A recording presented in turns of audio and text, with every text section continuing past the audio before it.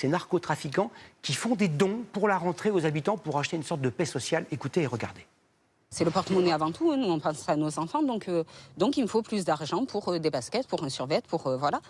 J'ai pas les moyens donc. Même si ce sont de potentiels trafiquants.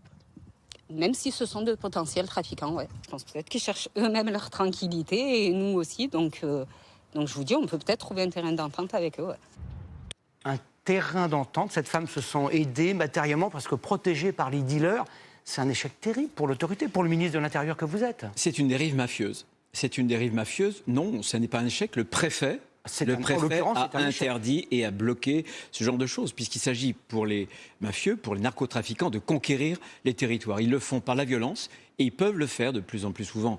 Ils tentent de le faire en conquérant les esprits, justement, en imposant une sorte d'ordre social, de contrôle social. Non, aujourd'hui, en France, croyez-moi, on se bat. On s'est doté, c'est moi qui ai impulsé ce texte sur le narcotrafic. Les préfets ont de nouveaux pouvoirs qu'ils utilisent, par exemple, pour fermer des commerces qui sont des blanchisseuses d'argent sale. Plusieurs centaines ont été fermées pour expulser des narcotrafiquants qui occupent des logements sociaux, qui pourrissent la vie de familles à côté, etc., etc. C'est une guerre qu'on livre.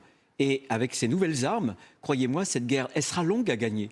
Moi, je ne viens pas raconter aux Françaises et aux Français aujourd'hui des histoires. Simplement, il y a une volonté et il y a désormais des outils. Et on les utilise. Vous savez que depuis qu'on fait ce genre de choses, on a interpellé 30 000 personnes. Monsieur le ministre, le 10 septembre, un mouvement a été lancé, Bloquons tout, à Paris et dans d'autres grandes villes en France.